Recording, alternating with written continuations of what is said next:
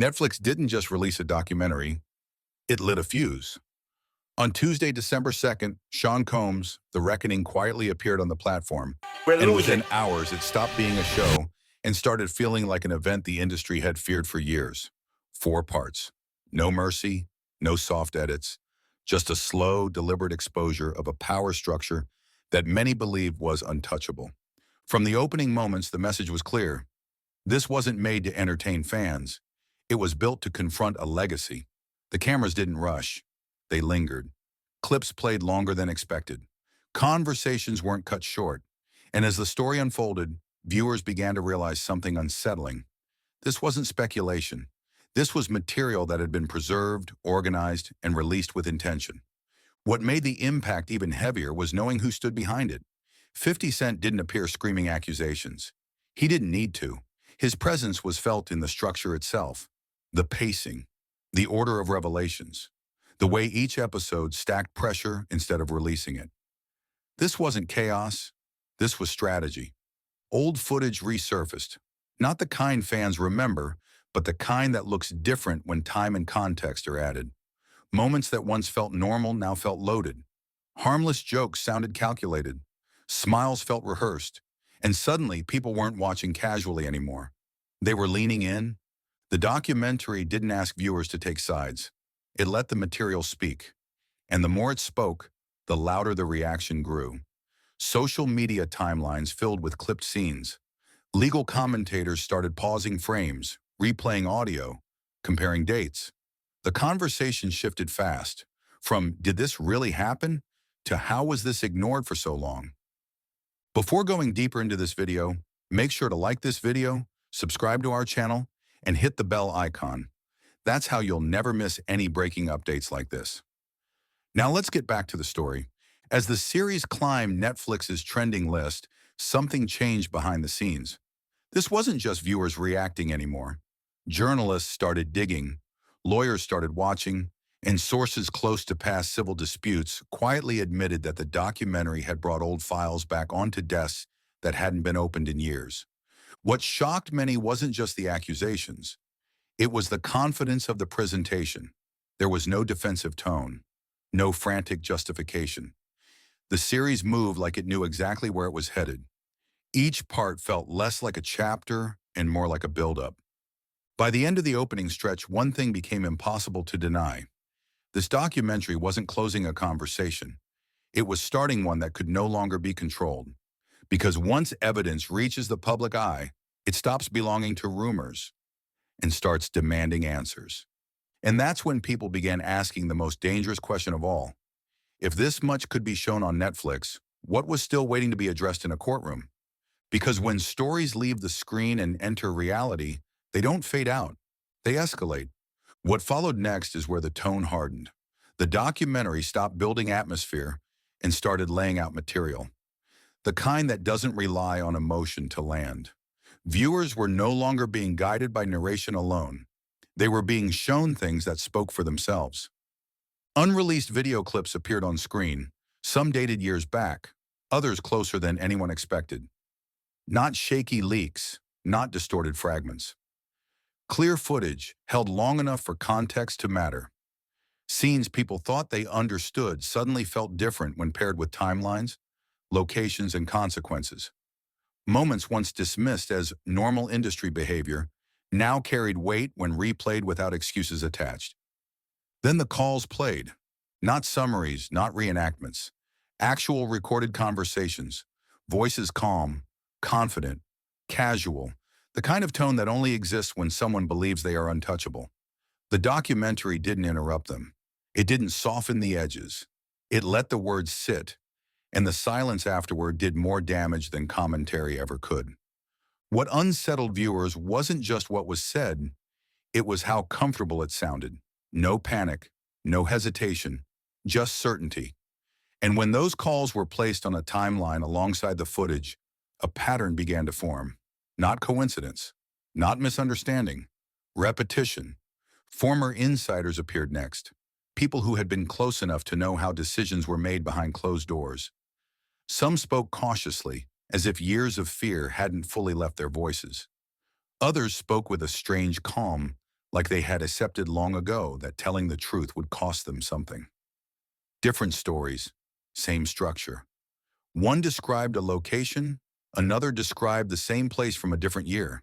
One mentioned a phone call, another described what happened immediately after that call. They weren't trying to match stories. They didn't need to. The alignment happened naturally, and that's what made it disturbing. Legal analysts watching the series began noticing something subtle but important. This wasn't edited like entertainment. Evidence wasn't dropped randomly. It was introduced in sequence. Dates mattered. Order mattered. The documentary moved less like a show and more like a case file being opened piece by piece. Online, the reaction shifted again. Shock turned into belief. Belief turned into demands. Viewers stopped debating opinions and started tagging journalists, attorneys, even judges, not asking what they thought, asking what would be done. Because once people believe they are watching proof instead of performance, patience disappears. And hanging over all of it was an unspoken realization. This material hadn't surfaced accidentally. Someone had saved it. Someone had protected it. And someone had chosen this exact moment to release it publicly when it could no longer be dismissed or buried quietly. By the time this section ended, one thing was clear. Control had slipped. The narrative was no longer being shaped by public statements or legal spin. It was being driven by what had already been seen, heard, and recorded. And once that line is crossed, there is no walking the story back. There is only escalation. As the story moved forward, the focus shifted away from clips and recordings and landed on something far more difficult to ignore. The people behind the silence. Faces appeared that most viewers had never seen before. Not celebrities, not influencers. Just individuals who said they had lived for years with experiences they'd never believed would be heard. They didn't start with accusations. They started with context, how they were introduced, how access was offered, how power felt invisible at first, almost helpful, opportunities framed as favors, invitations framed as trust. The documentary let these moments breathe because that's where understanding begins, before anything turns dark. What followed was uncomfortable in its simplicity. Stories told without exaggeration, without dramatic pauses. Just steady recollections of how boundaries blurred when one side held all the control. Several voices described different situations, different years, different settings, yet the same dynamics kept surfacing. Pressure disguised as mentorship, silence enforced through fear of consequences, careers quietly redirected or ended. Some admitted they tried to speak up once. Others said they watched what happened to people who did and chose survival instead. The fear didn't sound theatrical. It sounded practical, measured, like something learned over time. What made these accounts hit harder was how naturally they lined up with what viewers had already seen.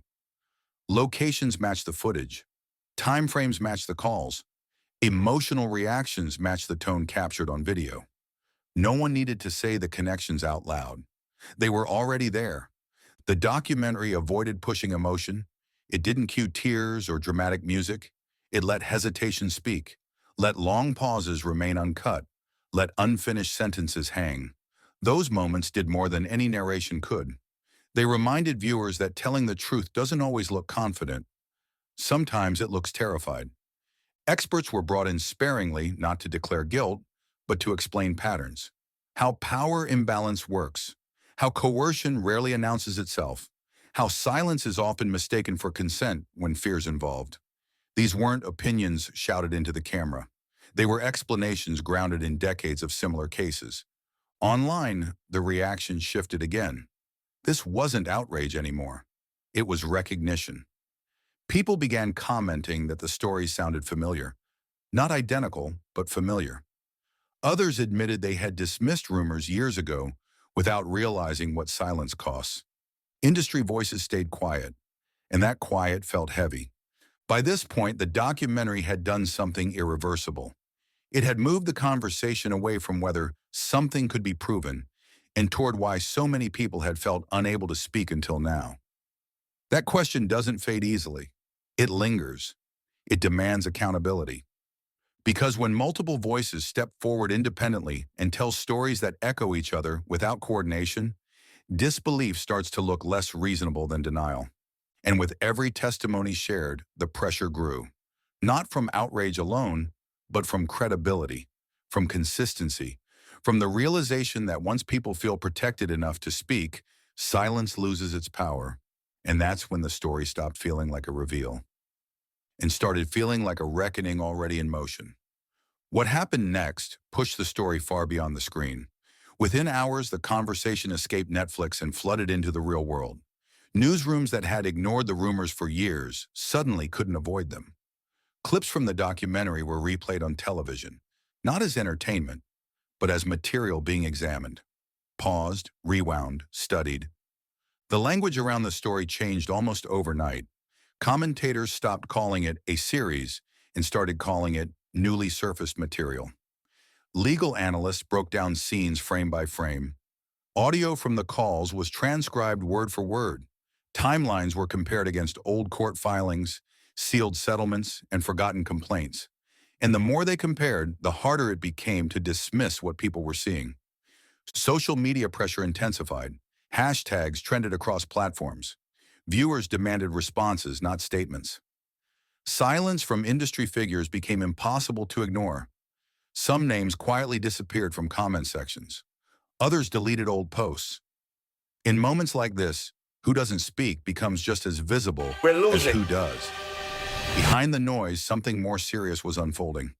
According to multiple reports circulating after the release, legal teams connected to past civil matters began reviewing the documentary carefully. Not emotionally, professionally. Clips were downloaded, transcripts were compiled, interviews were logged. Because once material enters the public record at this scale, it changes how the legal system views urgency and responsibility.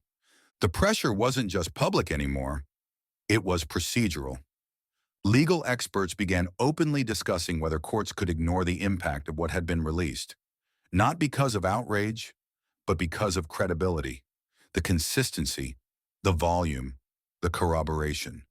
This wasn't a single accusation echoing in a vacuum. It was a convergence.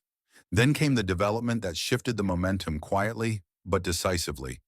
Cassie Ventura's legal team made direct contact. No press conference, no leaks. A formal legal approach. The message was clear and measured. Material shown publicly now aligned with information already known privately, and additional corroboration had begun to surface in the wake of the documentary's release.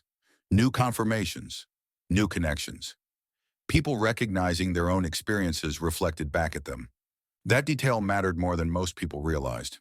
Because when public exposure breaks isolation, it doesn't just change opinion, it multiplies evidence. People who once believed they were alone suddenly understand they weren't. And that realization has consequences the system cannot ignore. Reports suggested the court was watching closely, not reacting to social media, but to the scale of attention and the seriousness of what was being presented. Media coverage wasn't fading, it was accelerating. Every hour brought new analysis, new legal questions, new pressure. By this point, the story had crossed a line that couldn't be uncrossed. What began as a documentary had become a catalyst, not because it demanded action, but because it made inaction look impossible to justify. The screen may have gone dark at the end of this stretch, but the tension didn't disappear. It followed the story forward, toward a place where narratives stop being debated and decisions start being made. As the pressure built, the focus shifted away from commentary and straight toward the legal machinery that had been quiet for far too long. This was the moment where speculation ended and procedure began. Behind closed doors, decisions were being made that had nothing to do with ratings or public opinion, and everything to do with responsibility.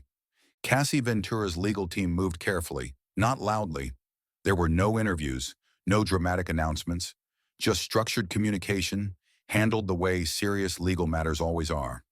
According to sources familiar with the situation, the team had spent days reviewing what surfaced publicly, not as viewers, but as attorneys trained to spot patterns, corroboration, and admissibility. What stood out wasn't just what the documentary showed, it was what it triggered. After the release, new information began circulating quietly. People reached out. Some recognized locations. Others recognized voices. Some connected timelines they had never spoken about before. The documentary didn't invent evidence, it activated it. And that distinction mattered. Legal teams don't react to outrage. They react to consistency. Reports indicated that the material now being discussed aligned with information already known privately, but never strong enough, alone, to force action. The difference now was volume, confirmation, multiple points of overlap appearing independently, without coordination. That's when a case stops looking isolated and starts looking systemic. Communication was sent to the court outlining concerns, relevance, and urgency, not framed as a reaction to media, but as a response to developments that could no longer be ignored. The message was simple. What had entered the public space carried legal weight, and the consequences of overlooking it were growing by the hour. Observers noted how quickly the tone changed. Defense silence became more noticeable.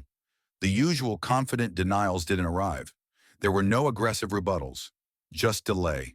And delay in moments like this speaks loudly. Legal analysts watching closely pointed out something important. Courts are not meant to react to public pressure, but they are required to respond when credible information surfaces that affects sentencing, risk, or public trust. The line between media exposure and legal obligation had begun to blur. Behind the scenes, scheduling discussions reportedly began. Files were reopened. Material was cross-referenced. What had once been archived started moving again, quietly, officially. And for the first time since the documentary dropped, the question wasn't whether the system would respond. It was how fast. Because once legal teams step in with substance instead of statements, the story stops being shaped by cameras and headlines. It starts being shaped by consequences. The response from the system wasn't immediate, but it was unmistakable. When courts begin to move, they rarely announce it loudly. The first signs appear in subtle shifts, altered schedules, quiet communications, sealed discussions that suddenly reopen. And that's exactly what started happening. According to reports circulating among legal observers, the material now under review was being taken seriously. Not debated, not dismissed, examined. Clips, recordings, testimonies, all of it was reportedly assessed through a legal lens, stripped of emotion and evaluated for relevance, credibility, and impact. This wasn't about public outrage anymore. It was about risk. The judge was made aware of the scale of attention surrounding the developments, not the noise, the substance, the consistency across evidence, the sudden emergence of corroboration, the potential implications for sentencing and public trust. When information reaches that level, courts don't have the luxury of waiting. Defense silence deepened. There were no confident press statements, no immediate denials, no familiar legal spin. Instead, there was preparation. Observers noted a shift in posture, a move from public confidence to internal urgency. When lawyers stop talking publicly, it usually means they're focused somewhere else. Behind closed doors, discussions reportedly centered on one unavoidable question. Could this material alter the standing outcome? And if so, what responsibility did the court now carry in addressing it? Legal experts emphasize that courts are bound not by popularity, but by credibility. When credible material surfaces that could affect sentencing, safety, or integrity, review is not optional. It's required. And this situation was beginning to meet that threshold. Scheduling adjustments were made. Notices were prepared. Communication went out to relevant parties. What had once felt distant now felt imminent. The machinery was in motion. The tension wasn't visible yet, but it was real. Everyone involved understood the stakes. A decision to act would invite scrutiny. A decision not to act would invite something worse. By the time word began to circulate that all sides were being summoned, the gravity of the moment settled in. This wasn't a routine review. This wasn't procedural housekeeping. This was a reckoning approaching the courtroom. And when that happens, narratives stop mattering. Only outcomes do. The room was silent when it happened. Not the dramatic kind of silence, but the heavy kind. The kind where everyone understands that whatever comes next cannot be undone. Morning light filtered into the courtroom as parties took their seats. And for the first time since the documentary's release, the story had fully crossed into reality. The material wasn't introduced theatrically. It didn't need to be. Clips were referenced, recordings were acknowledged, timelines were reviewed. What had shaken millions of viewers was now being evaluated with precision, stripped of commentary and examined for impact. Every pause carried weight. Every acknowledgement shifted the balance. The atmosphere changed as the scope became clear. This wasn't about revisiting old arguments. It wasn't about public opinion. The focus narrowed to one unavoidable truth. The information now on record had altered the context of everything that came before it. What once existed as fragments had become a pattern. What once looked isolated now looked connected. The defense pressed forward, but the confidence seen in earlier stages was gone. Responses were careful, measured, protective. The posture of control had been replaced by calculation. When questions came, they came pointed. When answers followed, they landed softly, too softly. Then came the moment that redefined the day. The court acknowledged that what had surfaced could no longer be treated as background noise. Not dismissed, not deferred. The implications were too serious, the consistency too strong, the responsibility too clear. This was not a continuation of the same story. It was a turning point. A decision was made that sent a visible shock through the room. The path forward had changed. What had once been settled was now reopened to deeper consequence. The scale of accountability shifted. The future, once predictable, became uncertain in a single breath. For those watching closely, it was obvious. This was the moment where containment failed. There was no outburst, no raised voice, just realization. Because when a system built on procedure pauses and chooses to escalate, it does so knowing exactly what it means. This wasn't symbolic. It was structural, a recognition that the stakes were no longer theoretical. Outside the courtroom, the reaction would come later. Headlines would form. Opinions would clash. But inside that room, one thing had already been decided. The story was no longer moving toward closure. It was moving toward consequence. And from that point forward, nothing about this case would ever feel the same again.